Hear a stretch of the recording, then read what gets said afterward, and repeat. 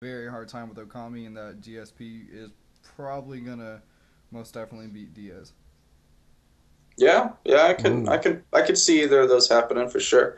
I think I don't know. It's there's just so much. I mean, there's a lot of new development right now in welterweight. So they actually have people that GSP can fight. There's guys that are coming back up in the mix of things. So I don't Same know as if middleweight. yeah, and middleweight's got the same I think situation. they'll So stay separate. I mean, they have it's so many people to fight. They have divisions to clean out. yeah, it's not. I don't see either fight happening near the horizon. Yeah. I'm just gonna go ahead and say I think definitely Strikeforce is a heavyweight champion. I think by the time the tournament's done and the following fight is done, where the tournament winner fights the champion, which is probably going to be Overeem, assuming he stays with the promotion, I think that fight happens actually pretty soon. I think it'll happen probably within a year. Well, then I'd let's like ask to see this: that. whoever does win the tournament and then fights Overeem, whoever wins that fight, let's say that Velasquez or Dos Santos is the champion at that point. Who wins that? The UFC champ or the Strikeforce champ? I'm personally going to go on hand and say UFC. Yeah. Yeah, Yeah. Velasquez runs through them all. Yeah, I think so too. I think it's gonna take a lot to beat Oh Velasquez. yeah. Or, Yeah. I mean, in Dos Santos, I won't take nothing away from his chances of beating Kane. I But gotta go with Kane. I gotta go with Kane in that fight, and then I would go with Kane in any fight against any Strikeforce heavyweight, except a few which I won't even get into right now. But yeah, that's okay. Also, recently in Las Vegas, anyway, and a little bit up in Canada, the commissions have started to use ringside monitors for their judges. And all I want to know is, I think there's been two events since that's happened. Are the decisions better or worse? I personally aren't. I'm not seeing a big change either way. I think if they just learn to use them, um, the fact is the people that are judging these fights, and from what I can tell, I've never met them. I've never talked fighting with them, but from what I can tell, they're just a little incompetent. I mean, Yeah, I don't want to insult them, but they. It just doesn't seem like they're all there mentally at times because the rulings that you see are ridiculous and I don't know if you have people even if regardless if they don't know fighting and you put a screen in front of them and they still don't know fighting but they're watching a screen, is that going to make a difference? No, no. yeah. I just show them more of what they don't know, what they're Yeah, watching. yeah. We got to get judges, man. Yeah, Like, yeah. I think, and like we even talked about when we reported on it initially, it takes more than that. Putting a screen in front of them, mhm. it's a good step. But I think it's a good step in showing what the real problem is, and that's that the judges just suck. They just Yeah. they just aren't very good at being judges. And I think because now that they should be doing better because they have monitors, they're not going to do better, and that will show. Okay, we got to look at it in a different way, and I think that will happen. What do you think, James? I think personally they need fighters and people who have previous experience in the actual sport, whether you be a trainer, whether you be a specialist in one of the arts, or whatever it may be. At least you have some degree of expertise, some degree of knowing what is happening inside the cage. Because some of the judges, let alone most of the judges, don't really know. And when they sit there and look at something, they're sitting there and they're judging. Oh, this happened and that happened, and some of it, like some of the judges, and excuse me for being a little bit off right now, but some of the judges just get the decisions wrong. Some of them do; they just completely mess it up, and uh, that's where they just need people who have experience. Even if it's just one judge, that one judge can sit there and sway a decision.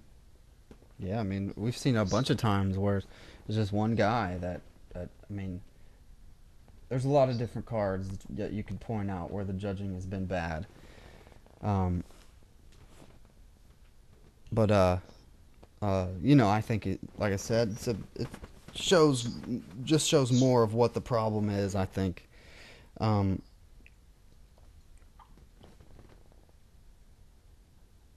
How's the video, dude?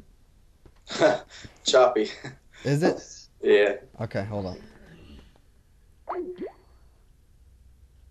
want to pause that. All right, that's all I had for the Q&A. Something I want to close with today, something that's been in the news since we took our break. Kind of a big deal. Something that's actually come out even as far back as the Chael Sonnen Anderson Silva fight. But TRT in MMA, I think we're definitely starting to see a more reoccurrence of that term, and it's something that really needs to be looked at because the potential for abuse it's great with something like that. You're looking at a potential loophole for people to be able to use testosterone, elevate their testosterone levels while they're training for a fight, and then dwindle down their levels of testosterone before the fight, come in where it looks like they're normal, but they've been training like they're superhuman. And that's a performance enhancer.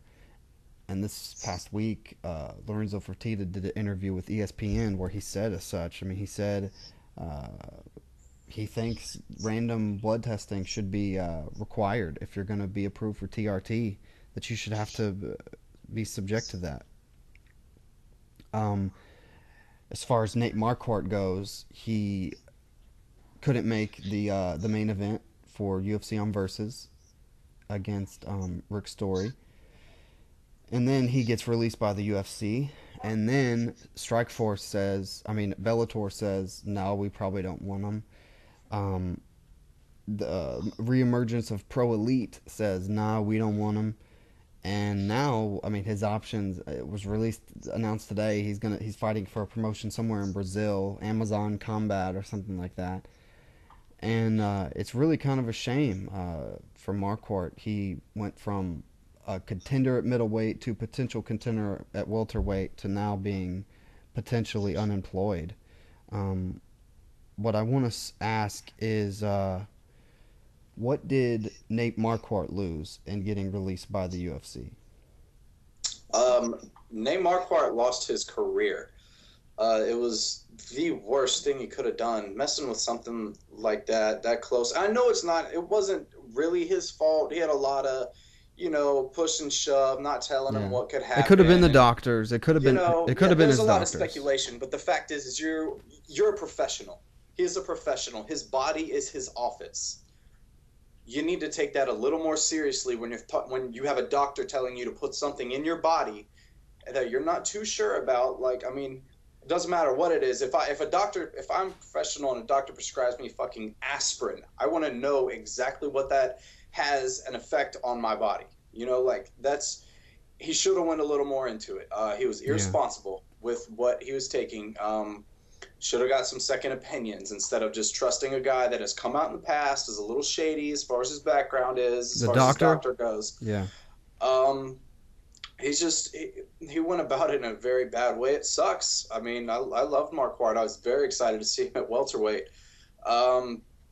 It's a shame. I really wish Bellator would have picked him up. I think it could have been a good spot for him. Him going to Brazil, he's not going to get much coverage. I mean, it's going to take a lot of notice. People are going to have to really. Him being in that promotion, what could possibly, is going to bring any attention to that promotion. Yeah, I mean, he could lose. A lot of things happen. What do you think, James? What do you think he lost in getting released by the UFC? He lost the chance to be able to fight in anything relevant anytime soon.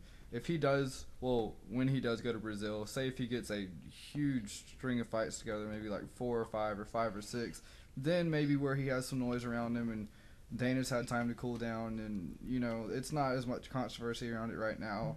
And he's proven that he's done good with his testosterone and whatnot. Then and only then, I think, is when he'll have a chance of even being somewhat relevant in the States again. Yeah, you think he'll have to come back to UFC? Yeah, there's nothing else. Bellator maybe by that point, or maybe even after a 3 or 4 fight win streak. But if he wants to get back in the UFC, he's going to have to get a lot of wins, and he's going to have to pretty much prove that he needs to be there. Maybe Dream. Maybe, but Dream's even a little rocky right now. I mean, anything overseas is rocky right now. I mean, they're doing stuff, but for him, is that a risk you want to take? You want to have your training camp, fly him all overseas? As far as it goes right now, he's gonna have to go where the paychecks are. Yeah, that's true. I mean, he's just in a shitty spot. But there's no guarantee that if he goes there, he's even getting paid. You know? Yeah. I mean, you never know. What I'm thinking is, I mean, TRT needs to be taken very seriously when it comes to combat sports. Having that much of an edge on somebody is a big deal. And they're promoting UFC as being, a very safe sport, trying to get it, legal in certain states and places like that. And little hiccups like this are not good. Not good for them at all. What if Nate Marquardt fought Rick Story and really hurt him, and then it came out that he had high testosterone? Yeah, that would be tragic. That's something that Lorenzo Fertitta mentioned in that interview with ESPN, that, what if something bad happened and it just so happened that the guy that did it, even unknowingly did it, he was actually, he tests positive for high testosterone or even steroids.